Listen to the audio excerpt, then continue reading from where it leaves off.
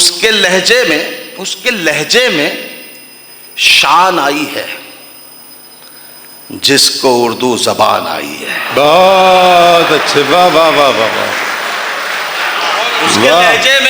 उसके लहजे में शान आई है जिसको उर्दू जबान आई है। जिसको उर्दू जबान आई है।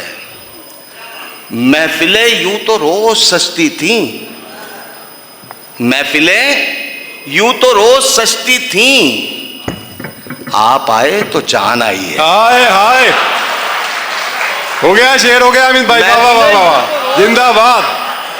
महफिलें यूं, मैं मूड का हूं अभी, देखियो मैं इतना शरीफ नजर आ रहा हूं, मैं अभी आप जैसे जैसे दाद देंगे मैं इधर उधर खेलने लग जाऊंगा, ये क्रिकेट ग्राउंड बन जाएगा मेरे लिए। महफिलें यूं तो रोज सजती थी, आप आए तो जान आई है। मुद्दतों बास को निहारा है,